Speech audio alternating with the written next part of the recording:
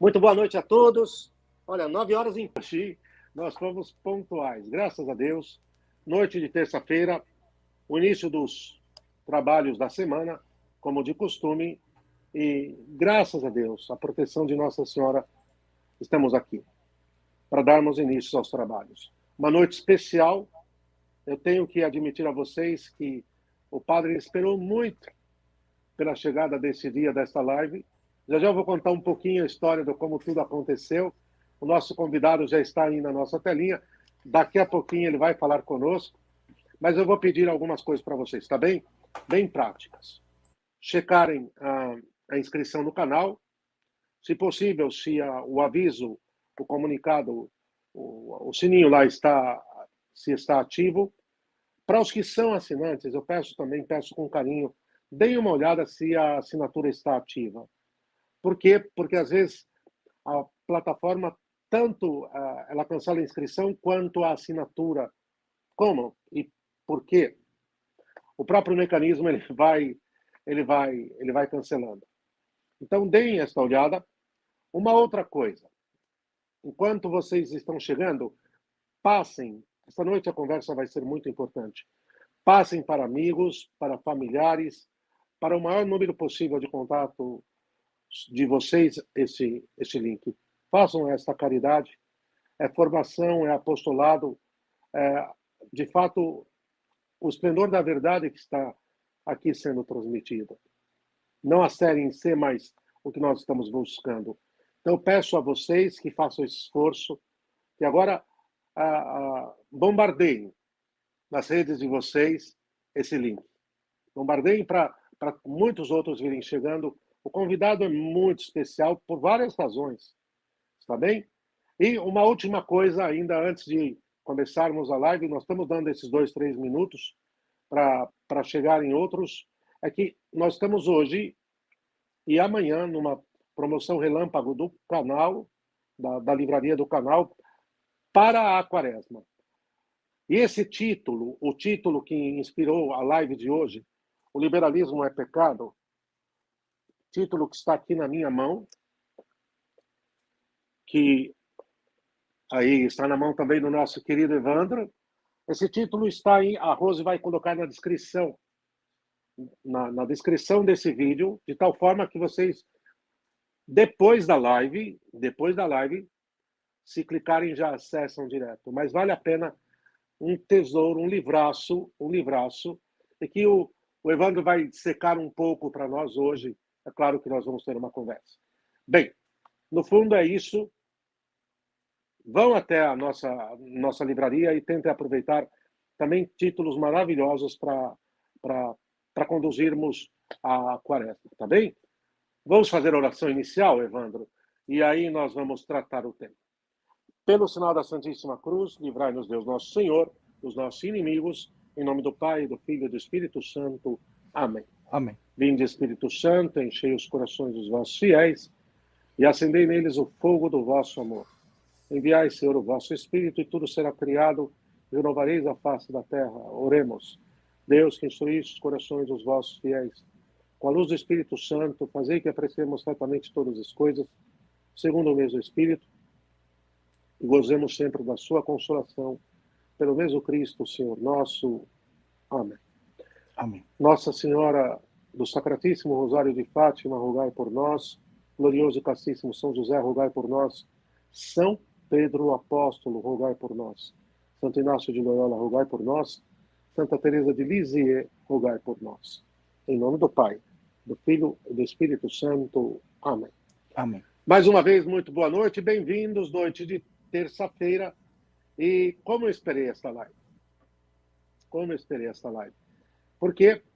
Porque há um tempo nós nos conhecemos, não tem muito, a questão aí de um ano e pouco atrás, que eu e o Evandro tivemos contato.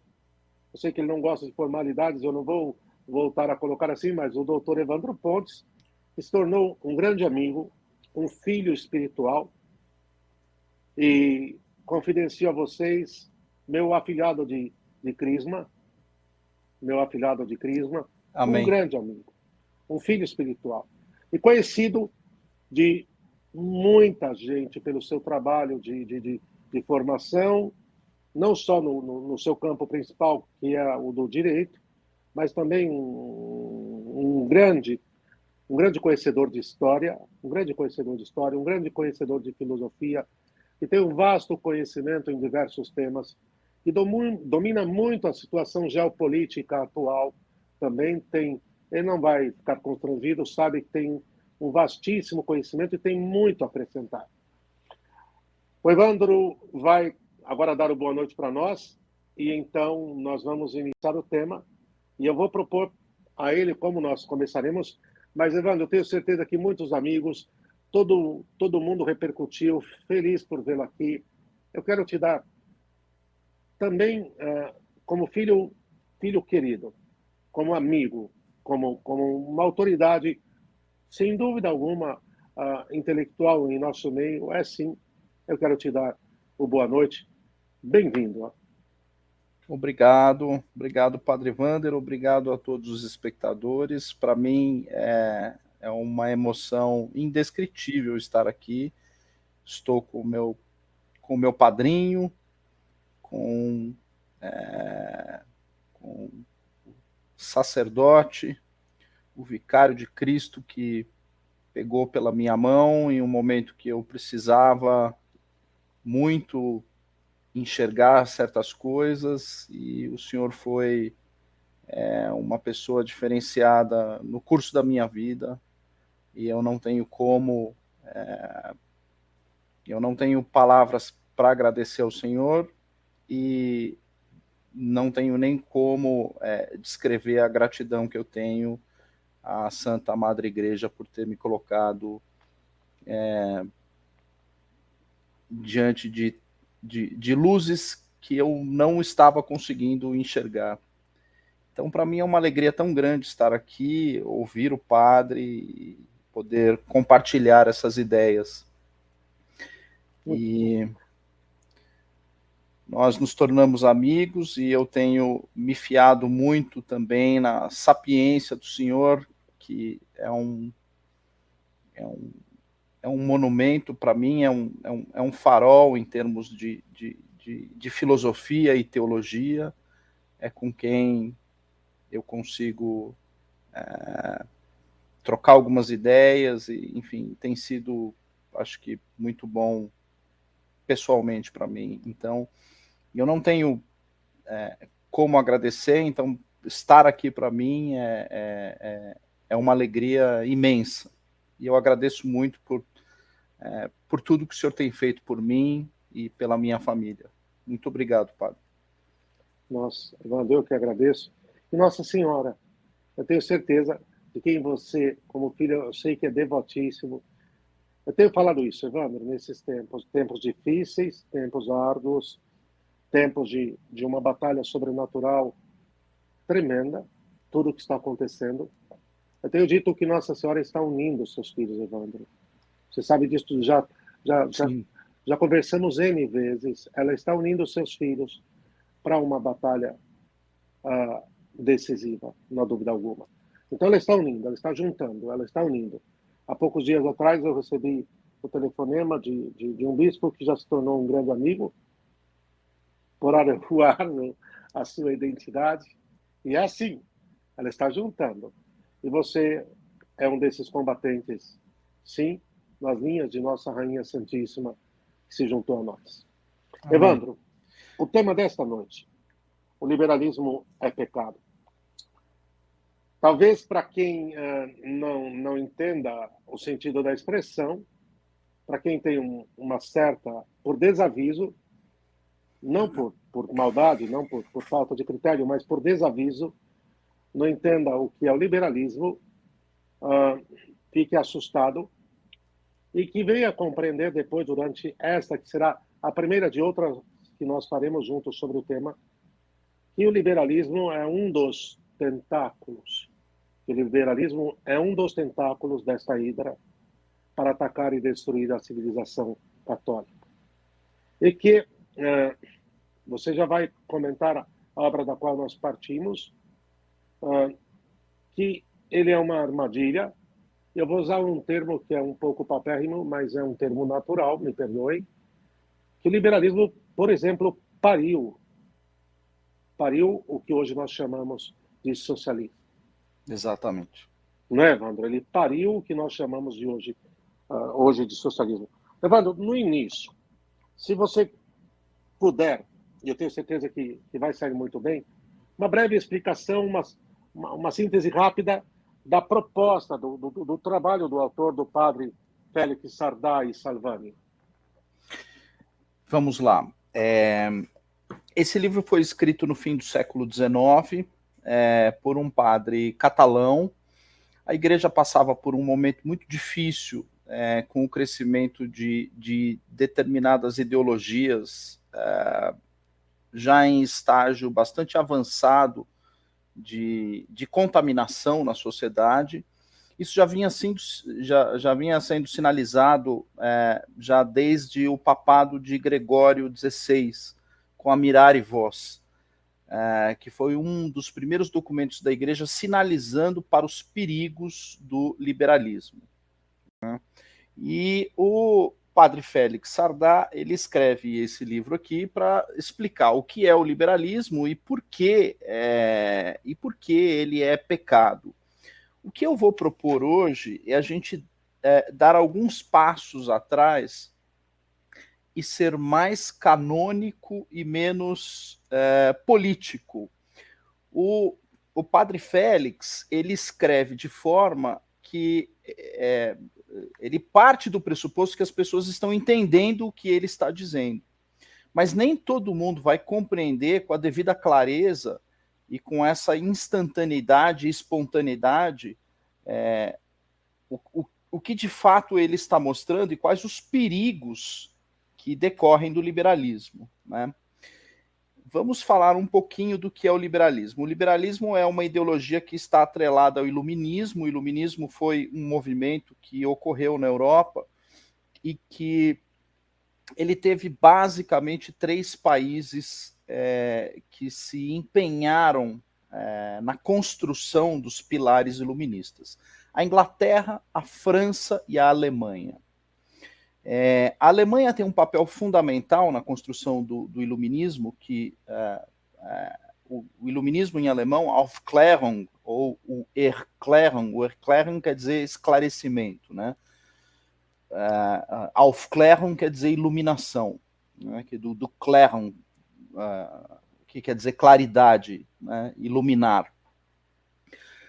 A Alemanha ela é fundamental, e olha que coincidência, padrinho, ela é fundamental por várias razões. Não é à toa que a maioria das heresias tem raízes nos cantões alemães, da Suíça e na própria Alemanha, a começar pela própria Revolução Protestante. A Revolução Protestante ela é construída dentro do alemão. O alemão tornou possível isso. A língua alemã tem um papel fundamental nisso. E até as tormentas que nós passamos hoje em dia dentro da Santa Madre Igreja, do qual nós já citamos um dos grandes estudiosos, né, desse fenômeno, que seria Karl Rahner, que foi um reformador do conceito de heresia. Tudo ocorre dentro do alemão. Eu já vou explicar por que isso acontece. Mas vamos só recuar um pouquinho, padre. Esses 3 países foram importantes porque eles deram as bases teóricas para que as revoluções liberais ocorressem. Né? De forma geral, essas revoluções liberais elas estão dentro de uma forma retórica que é uniforme ao longo da história. Se a gente recuar lá em Platão, Aristóteles, a gente vai ver que Platão estava numa briga danada com os sofistas. E aí, com o passar do tempo, essa briga com os sofistas, ela é resolvida.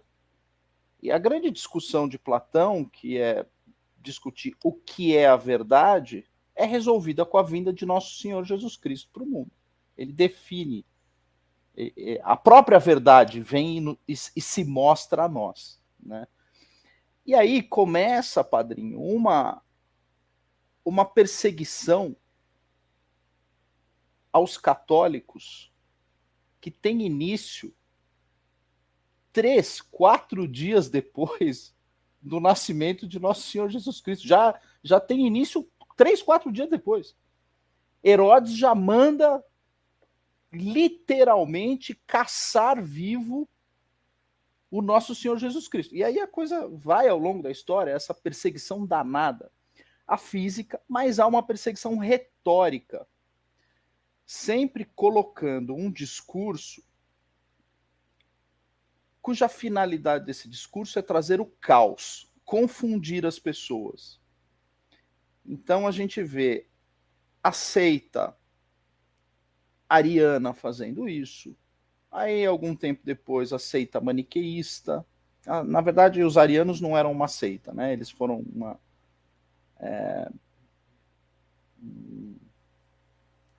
um diversionismo do discurso católico. Depois, os cátaros. E como isso era combatido? Sempre com um discurso muito cristalino, né? Nós tivemos Santo Ambrósio de Milão e o Concílio de Nicéia para combater o arianismo, nós tivemos Santo Agostinho para combater o maniqueísmo, nós tivemos o Santíssimo Antônio para combater os cátaros e São Domingos para combater os cátaros, e assim por diante, até surgir a mais perigosa e perniciosa heresia de todas, que é a heresia protestante, que começa com Wycliffe, depois passa por Hus, e aí chega nas mãos de um sacerdote completamente corrompido, chamado Martinho Lutero. Né? Então, eu fiz um pequeno histórico antes da gente chegar no ponto do liberalismo, porque o que o liberalismo faz? Na medida em que você tem uma divisão na igreja que permite com que parte do rebanho possa migrar para esses credos protestantes, essas pessoas ficam, de certa forma, protegidas, né, por esse núcleo protestante e passam a desenvolver filosofias que não são capturadas pela doutrina católica. Então, os filósofos do iluminismo, todos absolutamente coincidentes, são protestantes. Kant era protestante. Thomas Paine nem protestante era, eu sei lá o que ele era ateu, satanista, não sei, enfim. Mas Stuart Rousseau, né, Evandro? Rousseau, protestante. Eu estou aqui raciocinando entre os alemães, então Hegel, os alemães.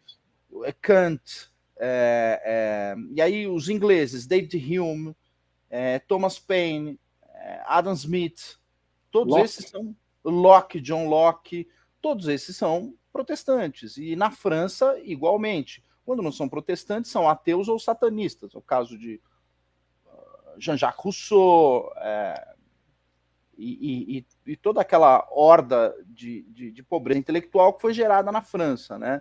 A gente tem um caso curioso, por exemplo, de Voltaire, que se converte no leito de morte, né? Ele passa a vida inteira fazendo piada e fazendo troça com o credo niceno, ao ponto de chegar em uma situação de dor e se converter no leito de morte, né? Voltaire chega a se converter, mas ele passa a vida toda em desserviço perante a igreja. Muito bem.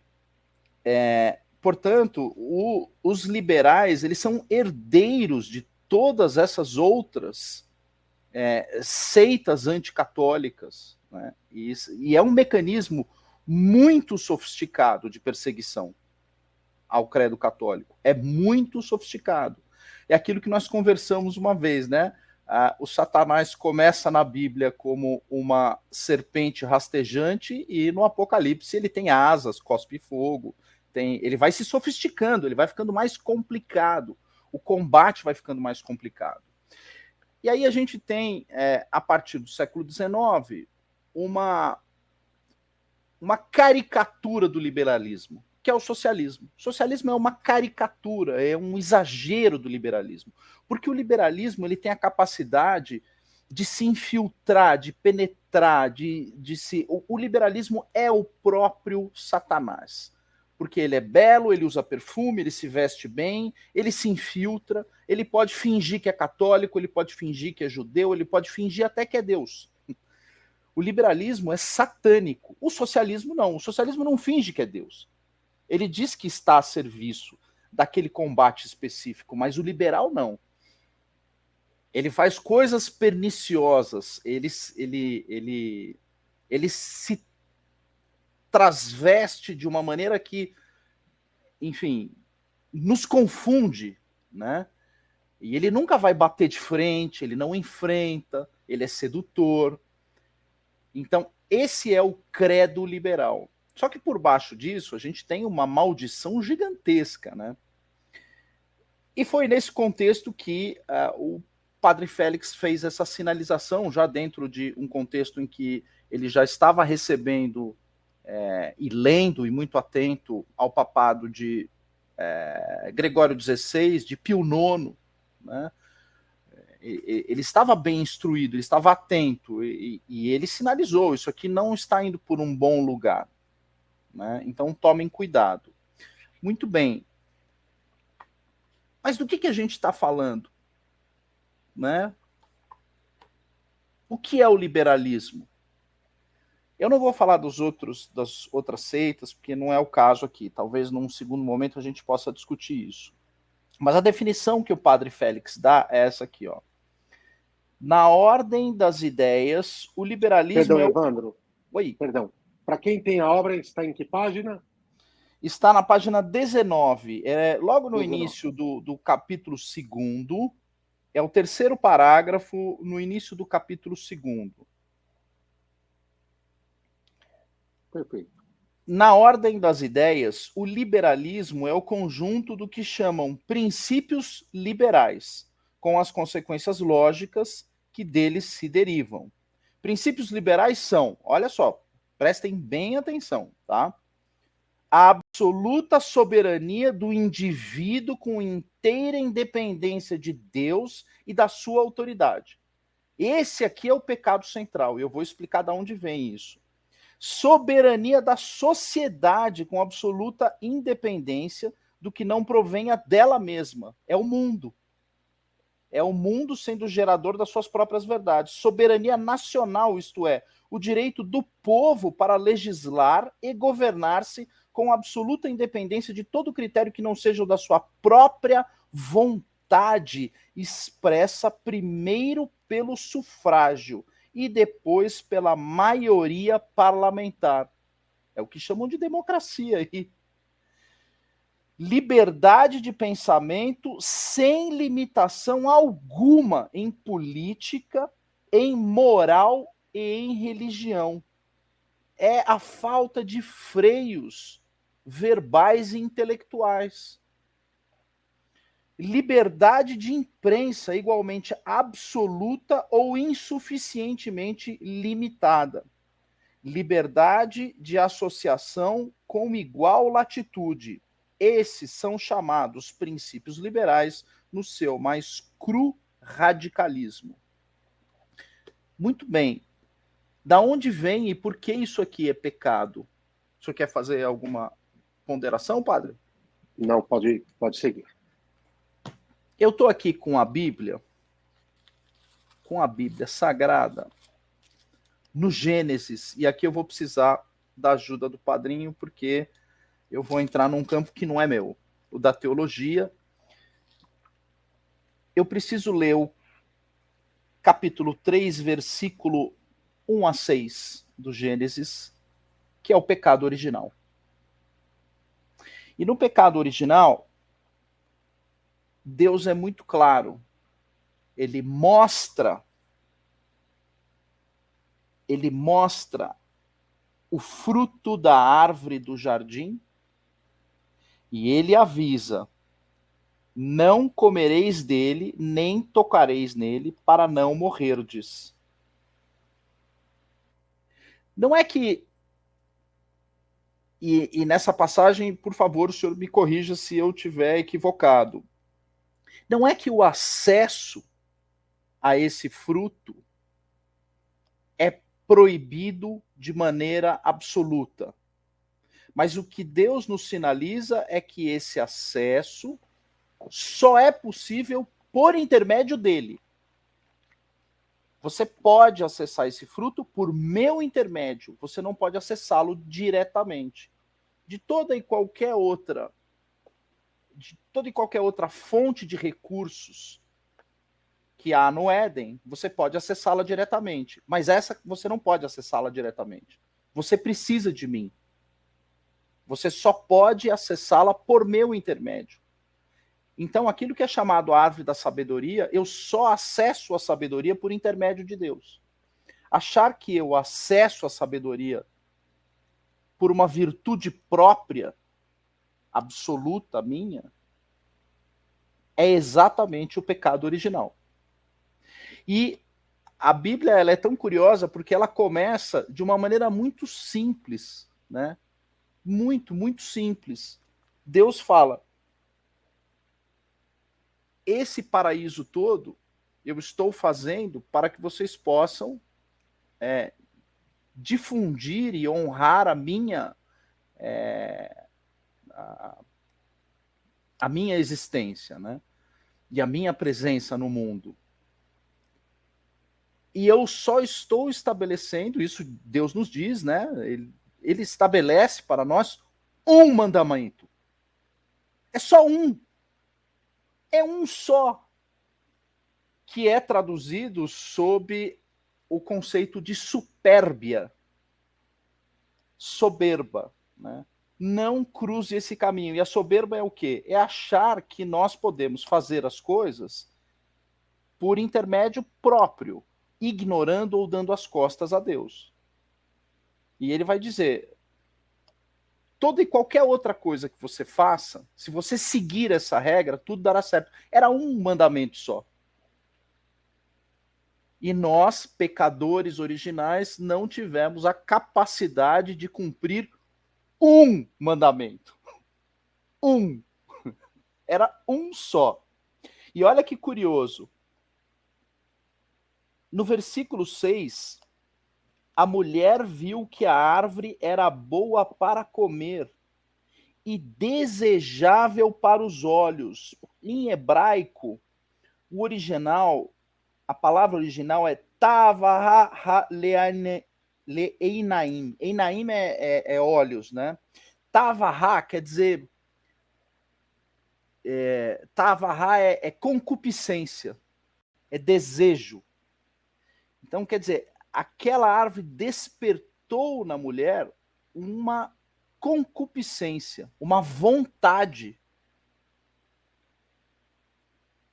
Ela desenvolveu nela uma vontade autônoma, independente de Deus. E aí Deus falou: bom, não dá para continuar assim, né? Nós vamos precisar colocar vocês para fora daqui. E vocês só voltam aqui se seguirem a minha palavra. Essa é de certa forma,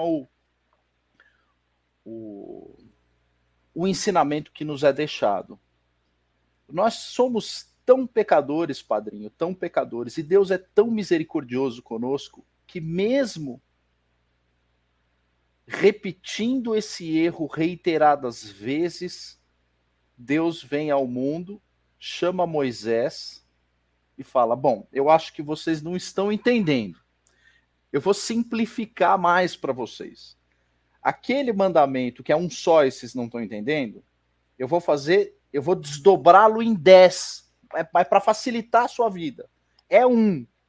Então eu vou desdobrar em 10. Os 10 saem do pecado original, saem do único mandamento.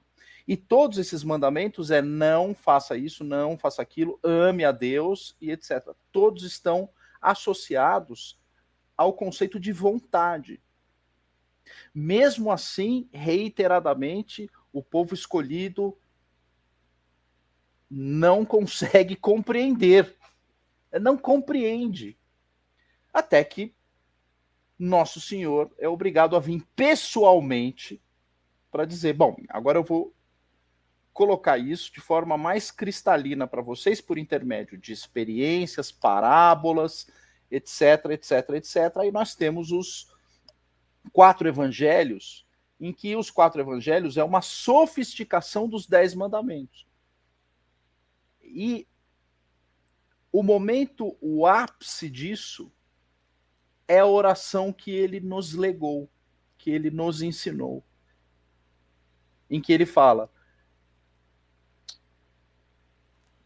Pai nosso que estais no céu, santificado seja o vosso nome, venha a nós o vosso reino, seja feita a vossa vontade, assim na terra como no céu. Portanto, o homem precisa aprender, por intermédio da doutrina que ele nos deixou e da palavra que ele nos revelou, a controlar as suas vontades. A briga toda, e assim, quem tiver curiosidade de fazer uma pesquisa sobre o que é o arianismo, e assim, não se assustem se vocês fizerem uma pesquisa sobre o que é o catarismo, porque aquilo foi uma coisa horrorosa. Foi uma das piores heresias já praticadas, né? Assim como o maniqueísmo, quer dizer, era uma pregação desenfreada do exercício da vontade, da luxúria, da concupiscência, do erro. E se a gente for observar o que a arrumação que o liberalismo faz é dar um aspecto lógico para isso, mas é falsamente lógico. Eles criam uma falsa lógica para que a gente possa, de certa forma, estar ali a serviço da nossa vontade. E cortando toda e qualquer conexão que nós poderíamos ter com Deus, que ao atender à vontade de Deus, nós limitamos a nossa vontade e, portanto, conseguimos viver de maneira livre, em paz. Uma outra coisa bastante curiosa é que até o surgimento do liberalismo, nós não discutíamos, padre, a questão das liberdades, né? O que se discutia era livre-arbítrio, que é outra coisa. Santo Agostinho tem uma obra maravilhosa sobre livre-arbítrio. Santo Anselmo de Canterbury tem uma obra maravilhosa sobre o mesmo tema. São Bernardo de Claraval. Se a gente for ver a evolução, isso é uma preocupação muito grande entre os doutores da igreja. Santo Ambrósio trata do problema do livre-arbítrio, e uma das coisas que a Revolução Protestante ataca é o livre-arbítrio. Há uma discussão entre Lutero e Erasmo de Roterdã sobre o livre-arbítrio. Por quê? Eles querem fazer uma modificação conceitual nesse conceito de livre-arbítrio para trazer a liberdade como algo absolutamente incontrolável.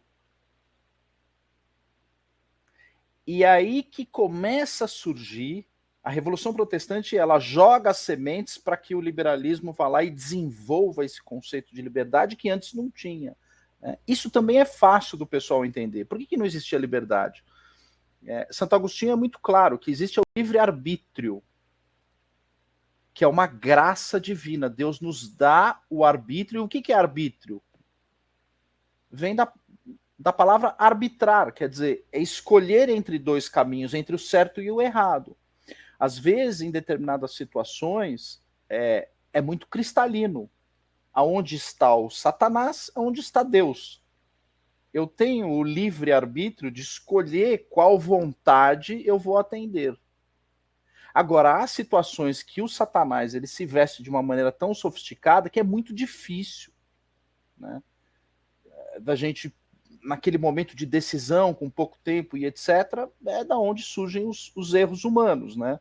Você não consegue enxergar que você está indo por um caminho equivocado. E a igreja, ela te dá a penitência, a confissão, as indulgências para que você corrija isso e volte ao caminho de Deus. É tão simples. E o que eles fazem? Eles fazem o seguinte: não, esqueça tudo isso. A liberdade é algo que é inato, já vem de dentro, nasce com você. Você não precisa arbitrar nada. É seu. Você faz dela o que você quiser. Nossa. A igreja percebeu isso rapidamente e falou, não, isso é coisa de Satanás. Né? E agora eu preciso falar, para que fique mais claro, como esse homem aqui, que é Immanuel Kant, e eu vou ler um trechinho da fundamentação da metafísica dos costumes. Agora eu vou tentar simplificar como essa coisa surgiu. Até então, a igreja ela tinha uma filosofia moral em que vem desde o Gênesis, né, padrinho? Vem desde o Gênesis dizendo, olha, a maneira de você chegar a Deus é acessar uma filosofia moral pela qual o conceito de sabedoria e justiça vai manter você no caminho correto. Então pratique a justiça, pratique a sabedoria. E aí as pessoas ficam em dúvida, mas o que é praticar a justiça? E aí a igreja dá as virtudes teologais. Seja caridoso, tenha caridade. A forma mais fácil de você ser justo é ser caridoso. É tão fácil, né? É tão simples, é tão lógico, é uma fórmula tão elementar para se seguir. As pessoas têm dificuldade de compreender isso. Mas essa dificuldade que nós temos hoje, ela não é uma dificuldade, é uma dificuldade pela qual nós temos que ter compaixão. Porque as pessoas estão jogadas nas trevas por conta desse tipo de trabalho. O que o Kant faz? Ele percebe que toda a máquina matriz, a motora, a máquina propulsora, ela está associada a essa filosofia moral. E a capacidade que as pessoas têm de transcender por intermédio da filosofia moral. Então, o Kant faz uma reforma no conceito de transcendência, no conceito de dialética, ele mexe em tudo isso. E ele fala, não, a gente tem que acessar a verdade não por intermédio de Deus, mas por mecanismos lógicos que são chamados pela razão. Só que como é que ele vai definir a razão? Ele fala, bom, eu vou ter que montar um sistema em que eu vou ter que explicar o que é a razão pura. Mas para poder explicar o que é a razão pura, eu preciso explicar o que é a razão prática. E para poder explicar o que é a razão prática do dia a dia, eu preciso explicar o que é a faculdade de julgar. Mas ele já tinha bolado lá na frente o conceito da metafísica dos costumes e, por último, a fundamentação da metafísica dos costumes. Então ele faz o contrário. A primeira coisa que ele pensou, que é como destruir a metafísica dos costumes, é o que ele deixa por último para escrever. E ele começa pelo ponto inicial da crítica da razão pura. Se você ler a obra de Kant ao contrário, da fundamentação da metafísica dos costumes até chegar na razão pura, aí você fala, eu entendi o que ele fez. Eu vou ler um trechinho para que nós podemos ter bem em mente qual era, e esse é uma das últimas obras que ele escreve, ele deixa para o final isso. Então, quando a gente está lendo a crítica à razão pura, essas coisas não aparecem, e a gente está sendo capturado, dragado por um raciocínio aparentemente lógico, mas é um raciocínio que me afasta da doutrina tradicional católica para que eu possa desenvolver isso daqui. Olha só, padrinho. A autonomia da vontade como princípio supremo da moralidade. A vontade é o motor da moral. Voluntarismo, né? Exato. E aí agora as pessoas podem imaginar, enfim, a minha vontade de se embebedar, de se drogar, de me jogar a desejos, a luxúria, a gula, tudo que é errado, dentro de uma certa autonomia, é o princípio supremo da moralidade. Por isso que quando a gente vê os socialistas, eu falo, o socialista é uma caricatura. O problema está aqui. Esse é o homem que colocou a coisa em pé. Portanto, o princípio da autonomia é a qualidade da vontade pela qual ela mesma é a sua lei, independente de toda a qualidade dos objetos do querer. O princípio da autonomia é, portanto, não escolher nunca a não ser de modo que as máximas de sua escolha também estejam incluídas nesse mesmo querer como uma lei universal. Esse homem era muito, muito, muito danado.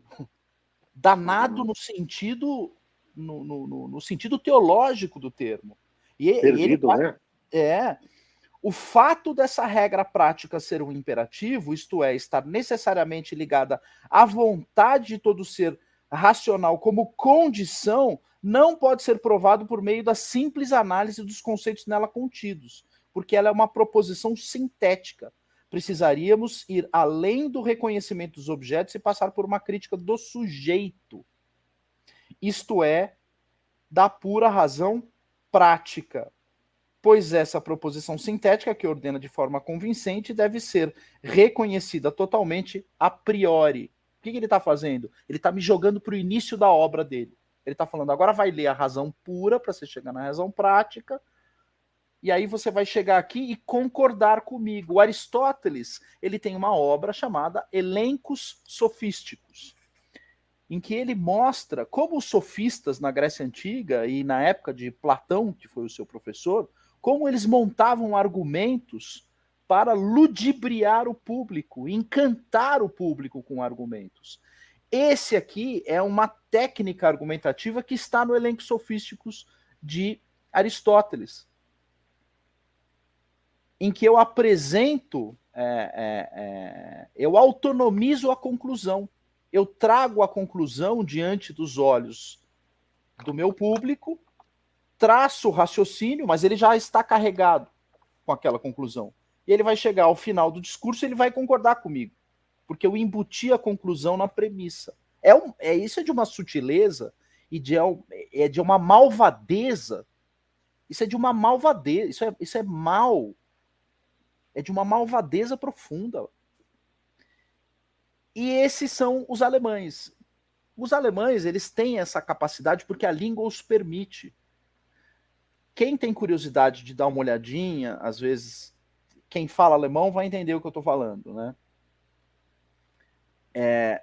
Mas as pessoas que têm aquela curiosidade de dar uma olhadinha em textos em alemão, vai ver que tem aquelas palavras enormes, né?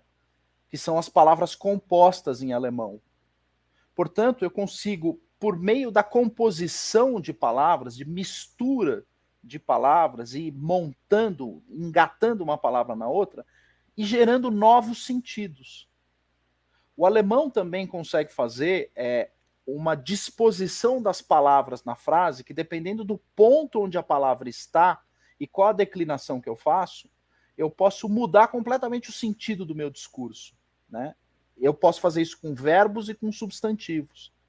Então, toda essa sofisticação gramatical do alemão permitiu com que se construíssem premissas e elencos sofísticos e um discurso erístico muito sofisticado. Sendo que o curso normal das discussões ocorria em latim. Quando Martinho Lutero começa a pregar em alemão, a igreja não consegue capturá-lo. Nós precisamos da ajuda de um Joseph Ratzinger para tentar deter um pouquinho o que a doutrina alemã vinha recentemente fazendo na igreja, né? Então tem que ser uma pessoa que entende dessa língua, porque essa língua ela é danada. Eu acho que o diabo fala alemão. É danada essa língua. Então, o que Kant acaba fazendo na fundamentação da metafísica dos costumes? Ele cria um caminho para o triunfo da verdade, o triunfo da vontade na sociedade. Então, é o triunfo da vontade. Não da verdade, mas da vontade, né? Isso. É o triunfo da vontade, desculpa. Olha só o que é. Agora me desculpe, ainda bem que o senhor abençoou essa live, porque eu vou ter que ler isso aqui. Agora vocês vão entender o que de fato é o liberalismo. Eu vou ler Thomas Paine, A Era da Razão. É uma obra do liberalismo inglês. Não se assustem, porque isso é o que é o liberalismo. O que Kant está fazendo? Ele não fala de Deus. Ele fala, não, é o triunfo da vontade, é a autonomia da vontade como base para o estabelecimento de uma razão pura. Então, o racionalismo depende da capacidade que as pessoas têm de autonomizar a sua vontade com base na ideia de que elas nascem livres. Então, esse é o discursinho por trás disso. Mas ele não fala por que ele está fazendo isso. É lógico que o efeito é nos distanciarmos de Deus e nos aproximarmos do mundo. Thomas Paine, que era muito menos sofisticado do que Kant, ele deixa claro as coisas. O Novo Testamento, segundo consta, baseia-se nas profecias do Antigo. Se assim for, devo seguir o destino dos livros que lhe serviram de base. Não é algo extraordinário que uma mulher engravide antes de se casar e que o filho que ela carrega tenha de ser executado, ainda que injustamente. Por isso, não vejo motivo para não acreditar que tenham existido uma mulher como Maria e homens como José e Jesus. A própria existência deles é uma questão sem importância, sobre a qual não há fundamento que nos leve a crer ou não, e sobre o qual pensamos. Pode ser que sim, mas e daí? No entanto, é possível que tenham existido tais pessoas, ou pessoas que se assemelhassem a essas em algumas circunstâncias, já que quase todas as histórias românticas foram baseadas por alguma situação real.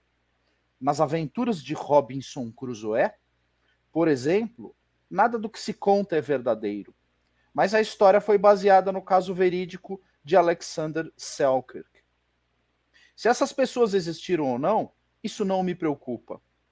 O que me preocupa é como a fábula de Jesus Cristo, contada no Novo Testamento, e a doutrina visionária e feroz que dela emerge, é algo contra a qual eu luto.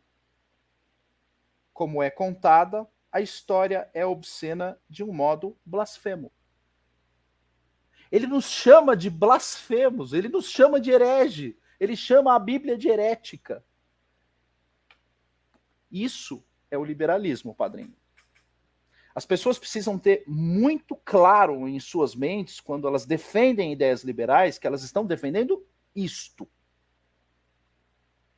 Vocês não estão brincando com algo que pode ser pregado por aí como uma doutrina econômica de livre mercado, uma melhoria dos padrões de sobrevivência segundo lei da oferta e da demanda. Isso aí é a casca da mexerica, meus amigos.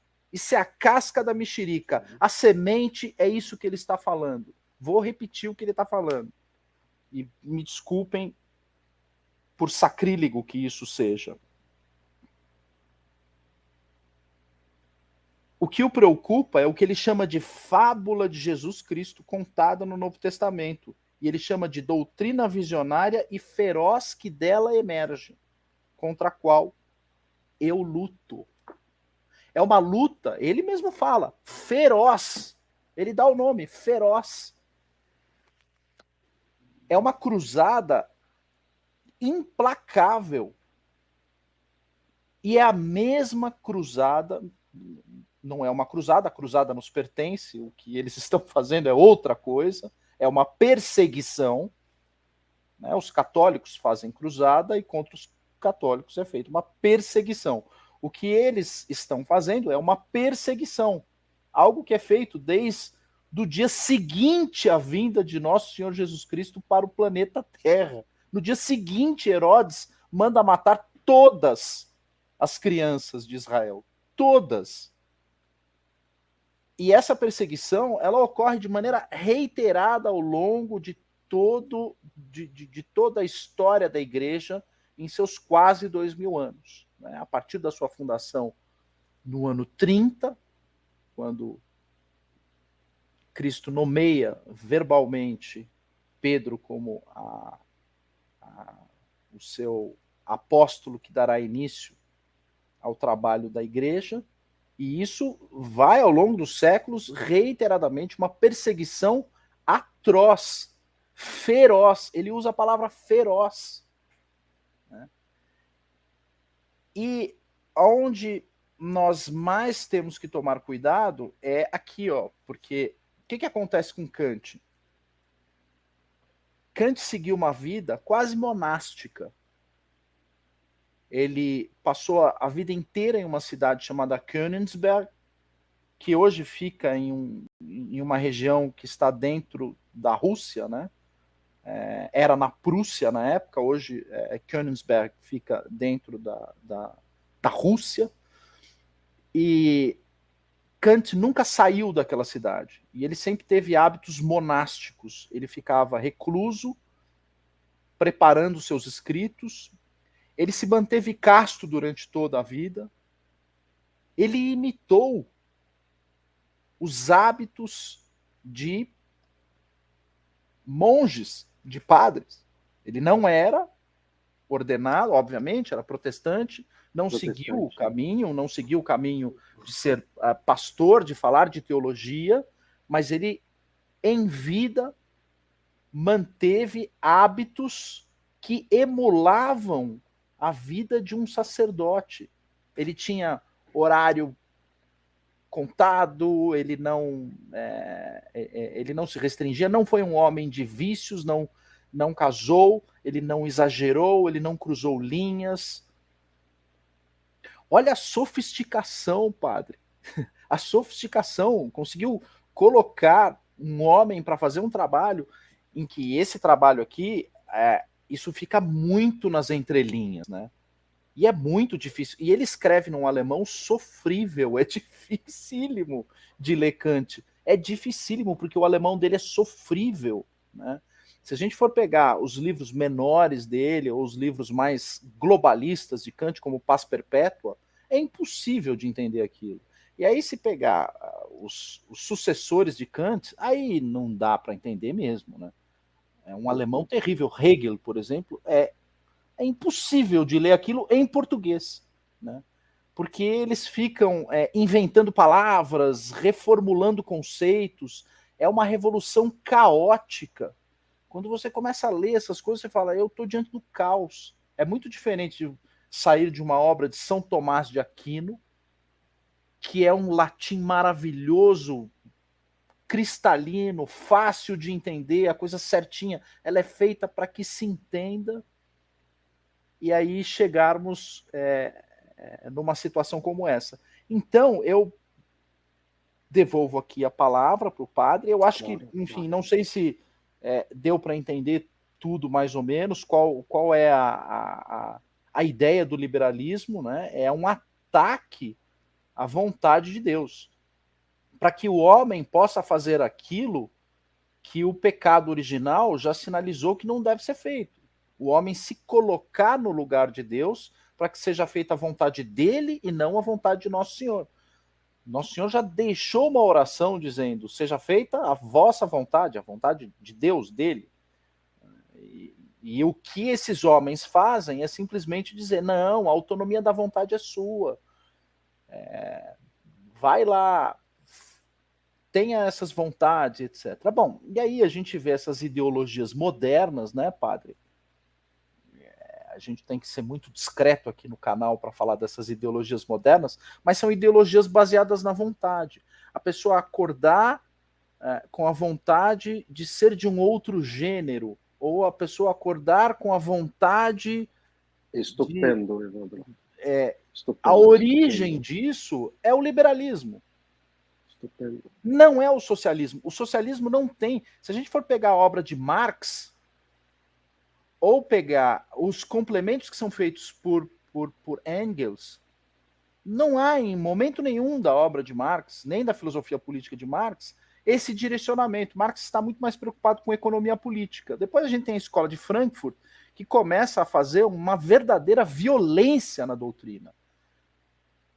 Tanto é que os próprios marxistas, o professor Olavo ele falava, é muito difícil de você identificar o que é, por exemplo, a obra de um Herbert Marcuse, ou o que é a obra de um demônio chamado Max Horkheimer, esse é o mais perigoso da escola de Frankfurt, né? Ou o próprio Foucault, né? É muito difícil de você identificar se de fato eles são socialistas ou comunistas, né? Mas eles são uma exacerbação disso que a gente leu aqui em Thomas Paine e em Kant, né? Eles pegam a vontade humana e eles colocam... Max Horkheimer, por exemplo, era um defensor não só daquele problema do relacionamento de adultos com crianças, né, que eu não vou usar o nome técnico para isso, para não cair o canal, mas ele era defensor, inclusive, do relacionamento entre irmãos, entre filho com pais. Ele tem um texto chamado Sobre a Família, que é um negócio assombroso, é vomitivo aquilo. E tudo isso é um desdobramento dessas coisas que a gente leu aqui, né? Então, esses cuidados que a gente precisa ter demandam, às vezes, um estudo mais profundo do que a gente pode imaginar. A gente precisa fazer um recuo e uma revisão muito grande se a gente, de fato, está indo pelo caminho correto ao sair pregando por aí doutrinas liberais ou instituindo congressos liberal-conservadores, etc. Isso é de uma perniciosidade que a igreja já sinalizou por mais de um século que o caminho não pode ser esse. E eu gostaria de terminar, antes de passar a palavra para o padre, que eu comentei que o Kant é o homem que joga a semente do triunfo da vontade, que em alemão é Triumph des Willens, o triunfo da vontade. O Triunfo da Vontade é um filme dos anos 30, de uma cineasta chamada Leni Riefenstahl. Vejam onde vai parar o Triunfo da Vontade. E eu convido vocês, e não vou dizer para vocês o que é o Triunfo da Vontade. Eu quero que vocês pesquisem. Vai lá no Google e digitem Triunfo da Vontade. É a semente plantada por Kant, que vai parar aonde? É aonde esse tipo de coisa sempre vai parar. É isso, padre. Me coloco aqui à disposição. Evandro, para a gente dar uma amarrada e a gente vai receber as perguntas, quer dizer, você fez um grande embasamento filosófico, não tem como não voltar a Immanuel Kant, muito bem retornado, como o artífice de todo esse sofisma, de toda essa linguagem camuflada para demolir a autoridade da revelação confiada na sua plenitude através do Filho de Deus, confiada à Santa Igreja, a Igreja como depositária, intérprete, tutelar e transmissora da verdade revelada, e do único caminho possível à perfeição, à beleza, à vida plena, que é o Filho de Deus. A identificação com Ele mesmo e no campo moral, filosófico, os 10 mandamentos levados à perfeição, descortinados no próprio Filho de Deus, que os cumpriu nele à perfeição, e então abriu, em definitivo, o caminho, como ele mesmo vai dizer, para que nós o cumpríssemos também. Embora seja árido e um pouco mais denso, Evandro, mas foi sua precisação sobre Kant foi fundamental. Kant que fez a última grande crise metafísica, que estraçalhou aquilo que era a espinha dorsal de toda a reta razão e de toda a civilização ocidental, que era a metafísica católica, a metafísica aristotélica atomista, né? Aristotélica atomista. E quer dizer, rompendo o elo entre o temporal e o eterno, você isola e entrega o homem à sua própria sorte, aos seus instintos mais rebaixados, ainda que codificados falsamente como se fosse o exercício da liberdade, mas são só os seus instintos mais rebaixados, né, Evandro? Que Exato. sem a graça de Deus, darão vazão ao que há de mais péssimo, de mais bárbaro, de mais... Você colocava, me permita, Evandro, o triunfo da vontade, vão aprofundar a questão do niilismo, a questão de Nietzsche, né, Evandro? Onde isso vai desdobrar depois Sem sombra de na dúvida. própria tese nacional socialista, na própria tese do socialismo nacional alemão, altamente derivada, a devedora do niilismo, que vai influenciar até mesmo a obra musical de Wagner. Mas, Evandro, você foi muito feliz. É que é árido. Todo tema filosófico, ele é árido, né, Evandro? É muito mais fluido, é muito mais agradável falarmos na esfera espiritual, etc. Mas se você não faz isso, você não teria deixado o alicerce para entendermos como a construção desse sofisma, desta mentira retórica deixada por Immanuel Kant, um fideísta protestante, ela atingirá o seu apogeu em nossos dias, através principalmente desta aliança dos metacapitalistas ou socialistas fabianos com o próprio mundo propriamente dito socialista.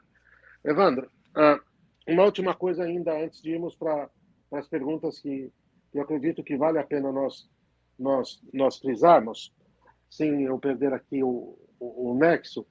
Como foi feliz tocar em Immanuel Kant, mas que hoje eu acredito também que essa coisa e aqui eu quero salvaguardar o que o Evandro disse. O Evandro, em momento algum, ele faz aqui, em momento algum, ele flexibiliza ou ele alivia o lado do marxismo, que vai se desdobrar em comunismo e socialismo, e outras duas novas vertentes. Não.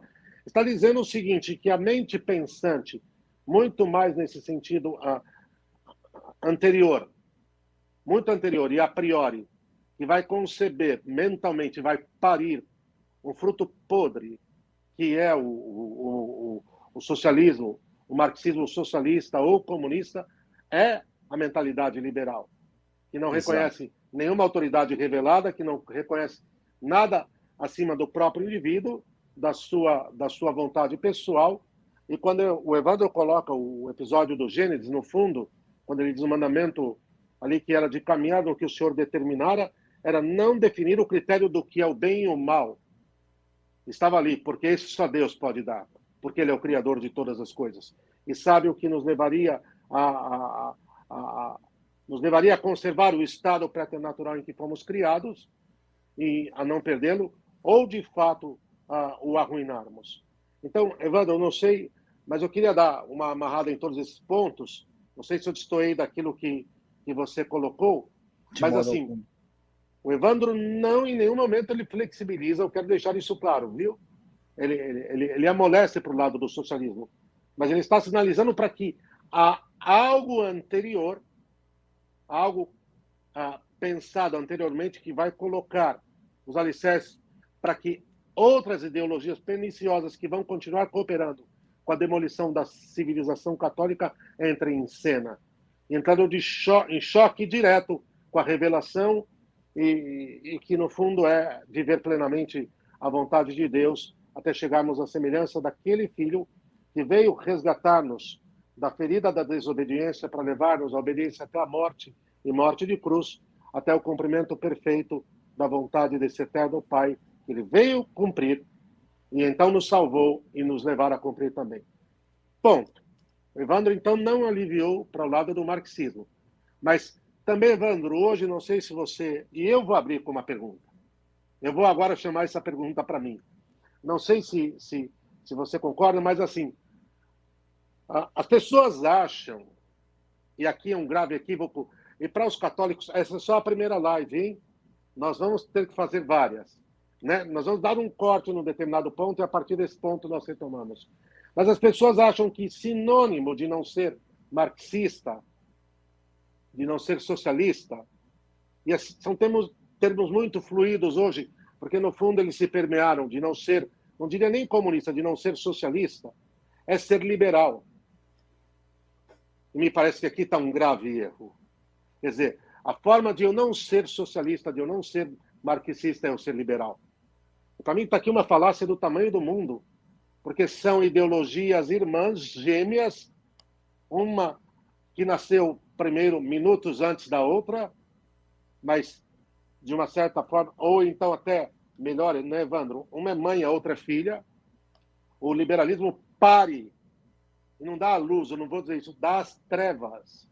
O marxismo, o socialismo, e essa história de que a forma de eu não ser socialista é ser liberal. Não te parece que aqui que é o engodo, Evandro? Aqui que é Sim, moderninho hoje, quer dizer, os neocons, né? Os neoconservadores. sim. E o próprio termo conservador já está tão fragilizado, está tão mitigado, está tão que hoje eu já não utilizo mais, viu, Evandro? Eu não digo, eu não sou conservador. Há muito tempo eu sou não tradicional, utilizo. não é? Eu Então, sou como é que você vê isso, tradicionalista. Evandro? Não te parece que é isso? É. Não sei se me fiz entender. Vamos começar pela forma com que nós devemos nos auto-intitular. Nós somos católicos. Eu não sou tradicionalista, eu não sou conservador, eu não sou comunista, eu não sou taxista, eu não sou praxista, eu não sou nada disso. Eu sou católico. Então não tenham medo de dizer isso. É isso que vocês têm que dizer. E ao dizer que você é católico e profere o credo niceno, você já está explicando tudo. Você não precisa explicar mais nada. Se a pessoa te perguntar o que é ser católico, aí você explica pelo credo niceno, que é a base do catecismo anterior, né? O catecismo romano, ele é todo estruturado em cima do credo niceno. Né? Então, é isso. Agora, essa questão, padrinho, que é uma coisa muito curiosa, de como as pessoas são rapidamente capturadas pelo engodo liberal, vem exatamente de um trabalho, e a gente tem que reconhecer quando o trabalho é bem feito. Né? O Kant fez um trabalho bem feito de destruição da metafísica. Com a metafísica destruída, as pessoas não conseguem raciocinar mais sob o ponto de vista transcendental. Por isso que a crítica da razão pura, ela trata da chamada teoria transcendental do método. Ele fala, eu vou ensinar vocês a transcender de uma outra forma que não a que vocês receberam por revelação e tradição. Ele ensina as pessoas a transcender por outro caminho. Ele tira as pessoas do caminho, sem citar nada, de maneira muito sutil. É isso que ele faz. A nossa incapacidade de raciocinar sob o ponto de vista metafísico faz com que nós nos apeguemos às técnicas instrumentais do liberalismo. Quais são essas técnicas instrumentais do liberalismo?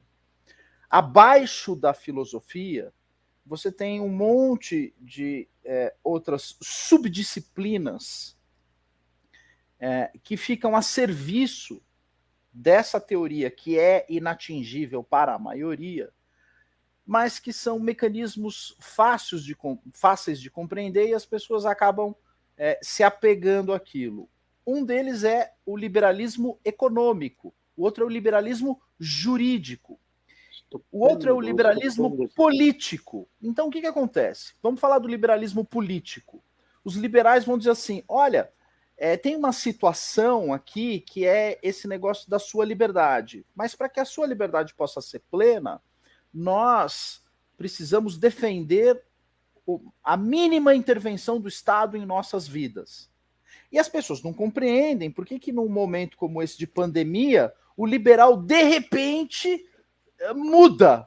Ele muda completamente. Se falar incoerente, ele Se começar a torna um defender... mega ditador, hein, Evandro? Exato! Aí as pessoas se espantam, mas ele não é liberal e ele defende a não intervenção do Estado. Aí você tem que chegar para a pessoa e falar, tolinho, ele estava te enganando.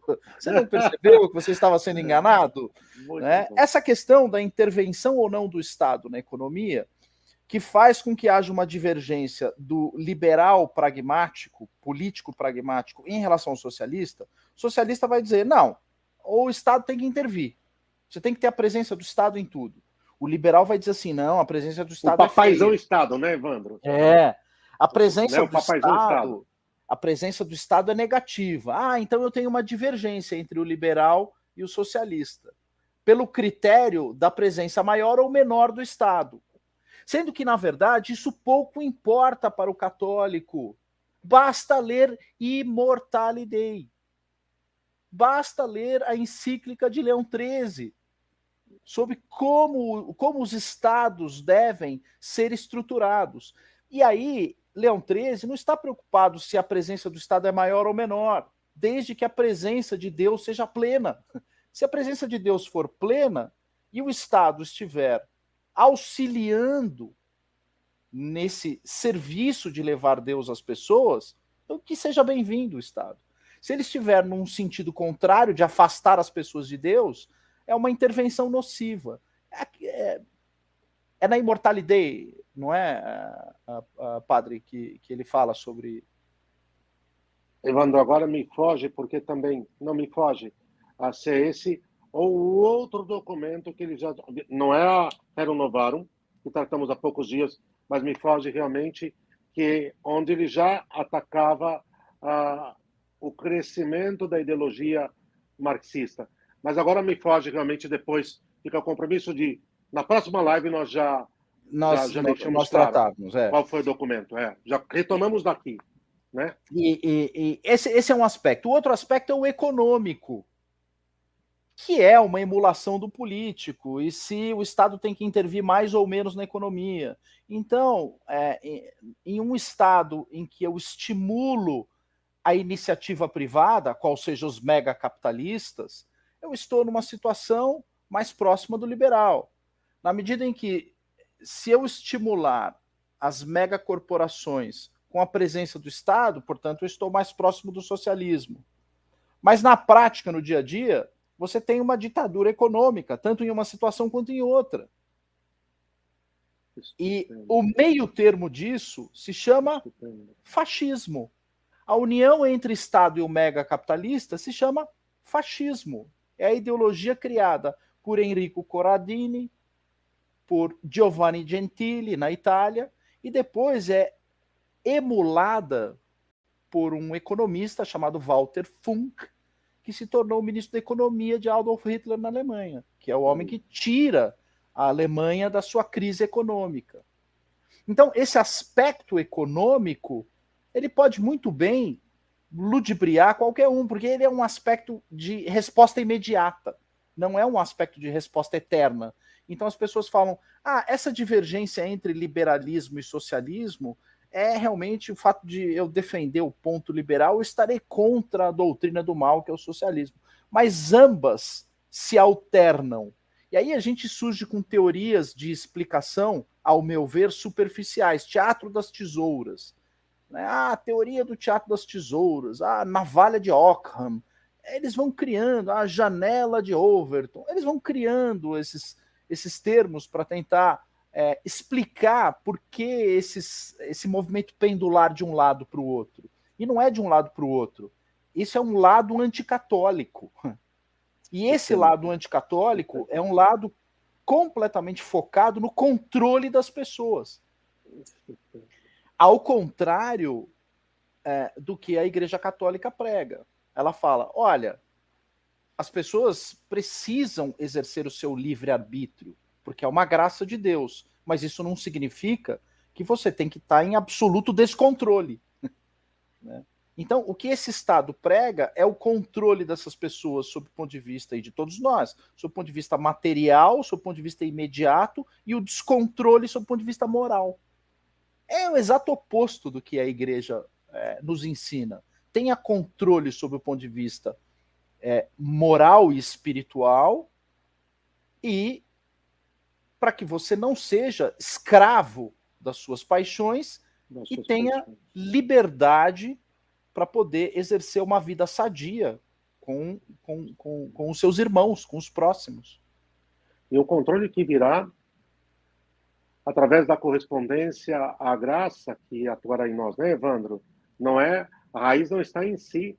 A cura da vontade ou seu reto ordenamento, segundo segundo o fim último do homem, que é a glória de Deus, estará exatamente na graça que irá fornecer a fortaleza necessária para o reto ordenamento das nossas disposições, das nossas escolhas. Evandro, olha, isso aqui nós iríamos longe. Vamos amarrar um pouco? Agora, na conclusão, te dá 2 ou 3 minutos para a gente fazer essa ponte. Vai ficar, então, a recordação do documento exato de Leão XIII, onde ele vai abordar a questão. Mas aqui, já amarrando para a próxima, já ficando um convite.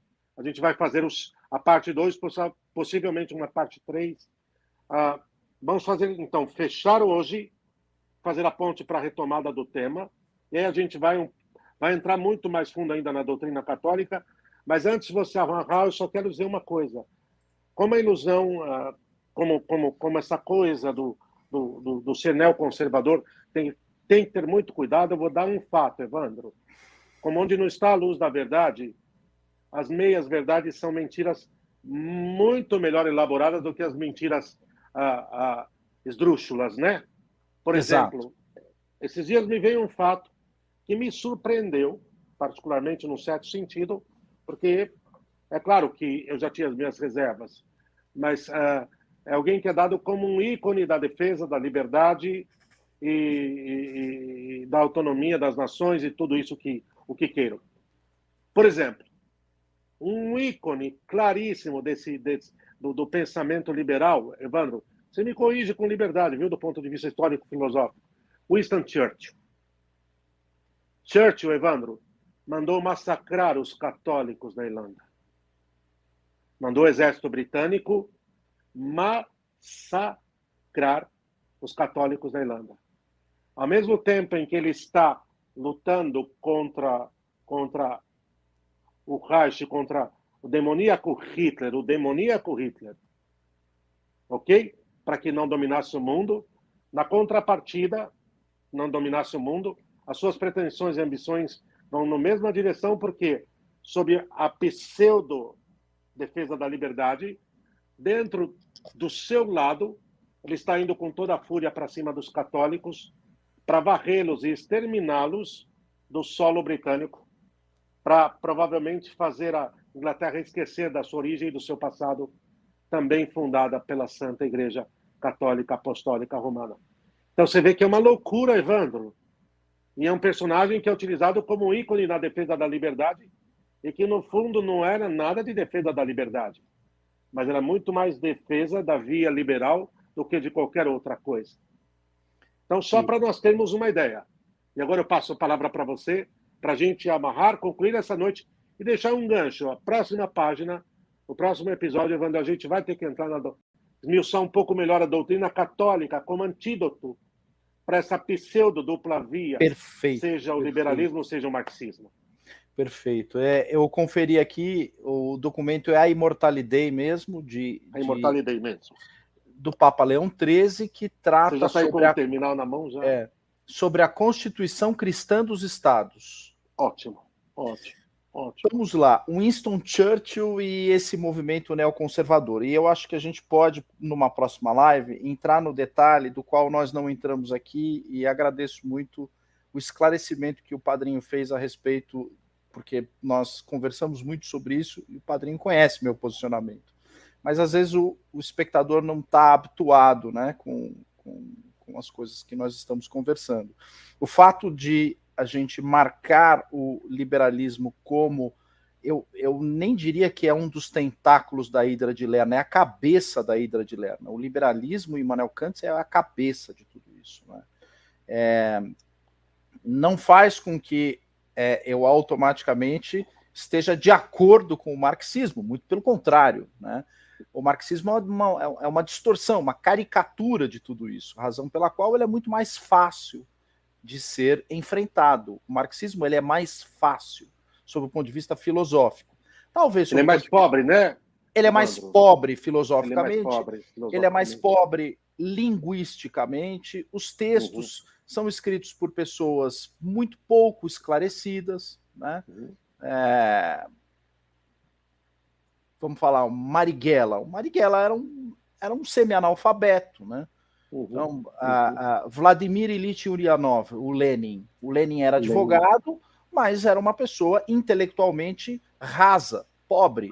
O próprio Karl Marx, ele tem contradições na sua obra, ele é mais fácil de ser enfrentado. Kant, não.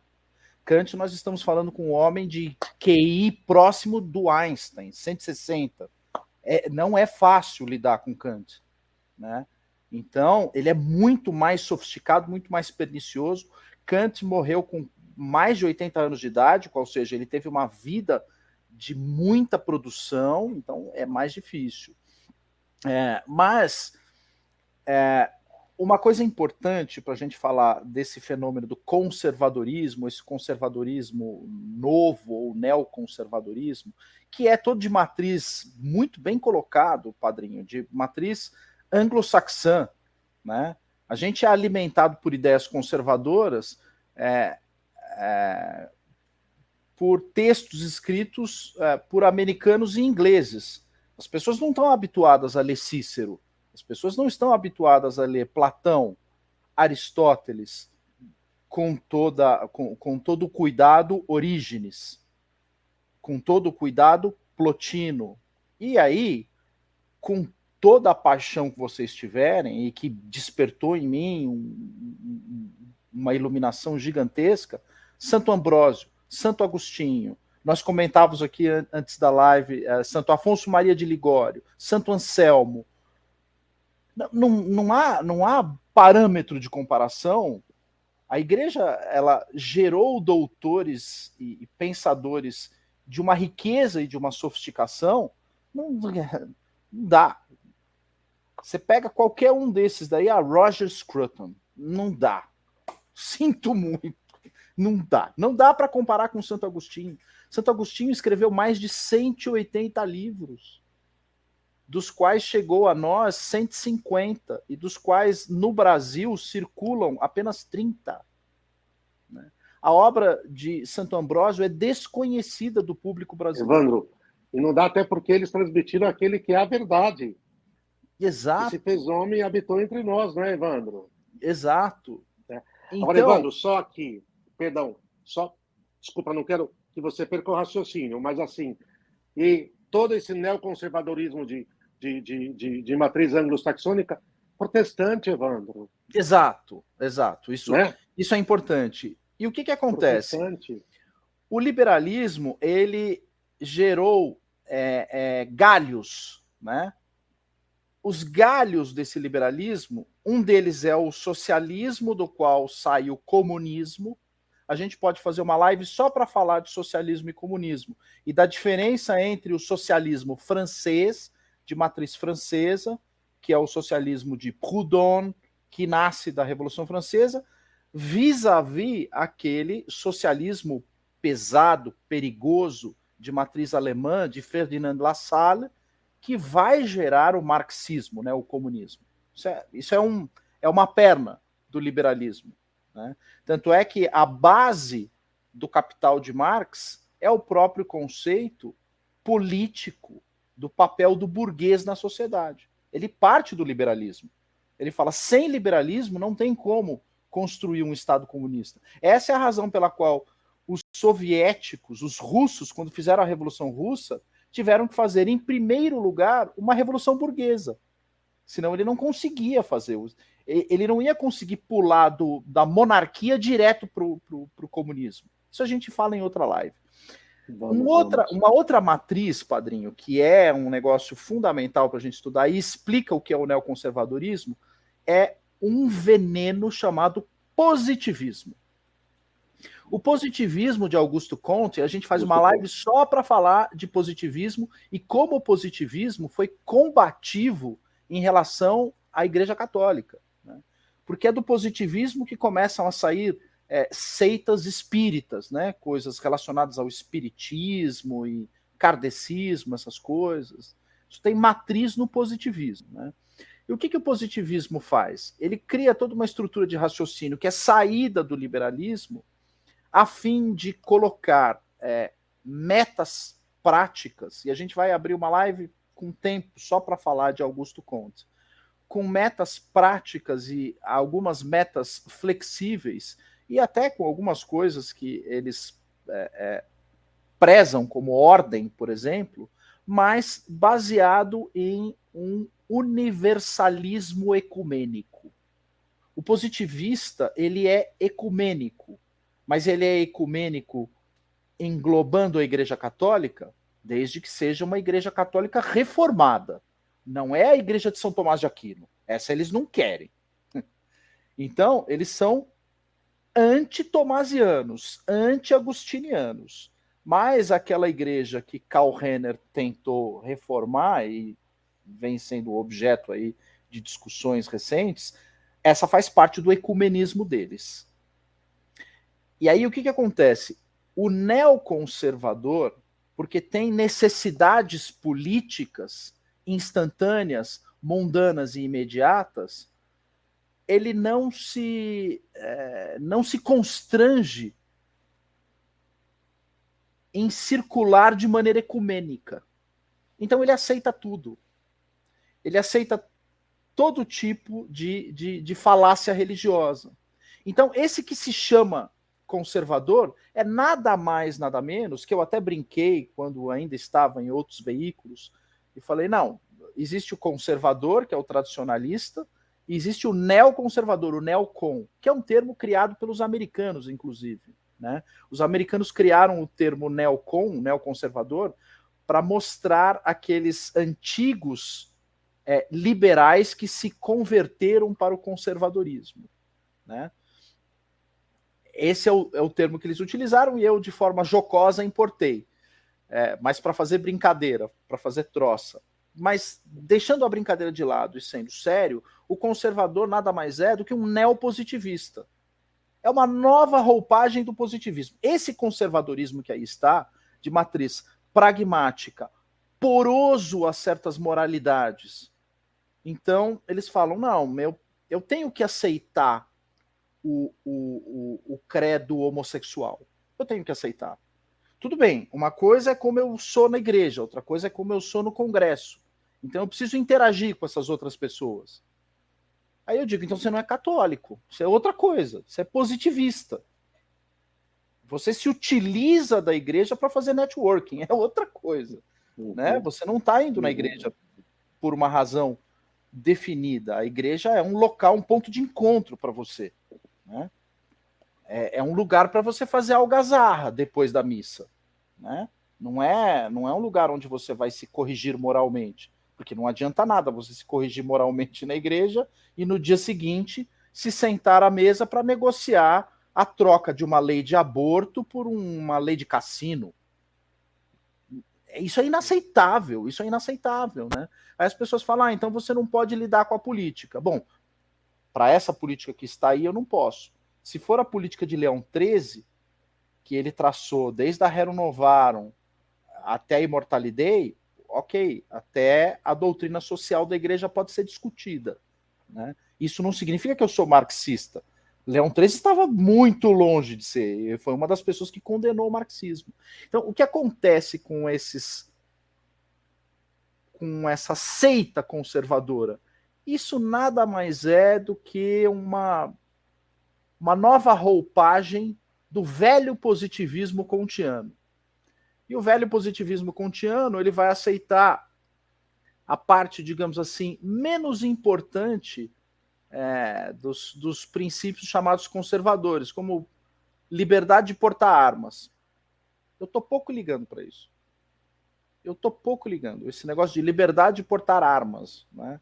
Aí, enfim, aquelas outras coisas que não tem a ver com o universo. Evandro, enquanto você falava, você vê assim que vão abrindo o leque vai abrindo, e vem N outras coisas, e realmente nós vamos voltar a falar outras vezes.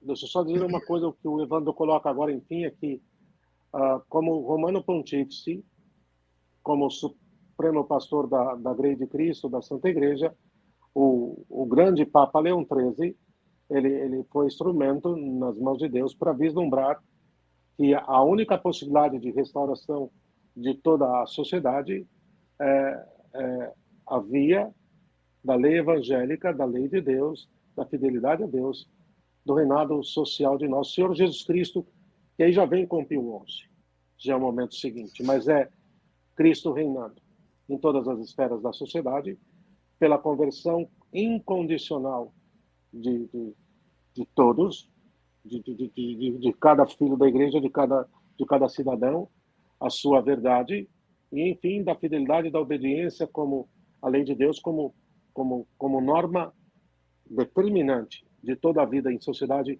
de toda a vida no mundo. Os 10 mandamentos. Mas aqui, então, Evandro, fica já o convite.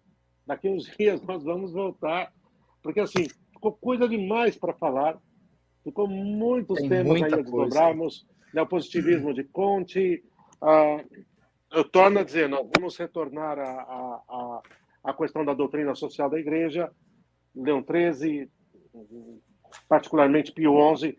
Vamos falar um pouquinho dos sílabos de Pio IX.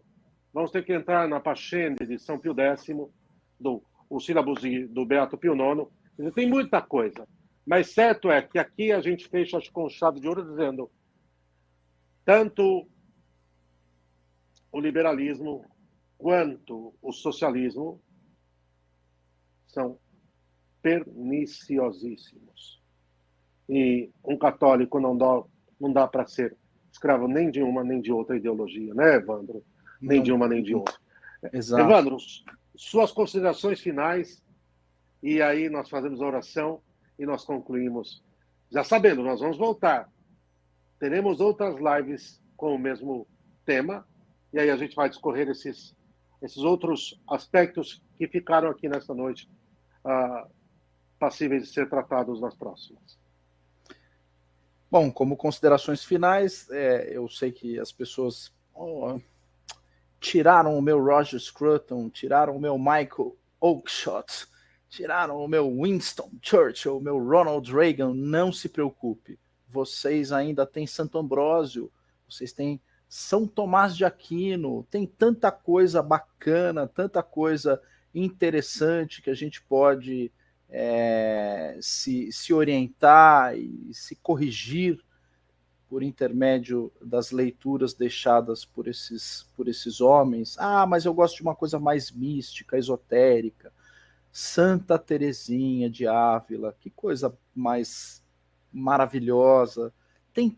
A igreja produziu tanta filosofia boa, mas é tanta coisa, é um volume tão gigantesco que faz todas essas outras coisas ficarem tão pequenininhas, tão ridículas.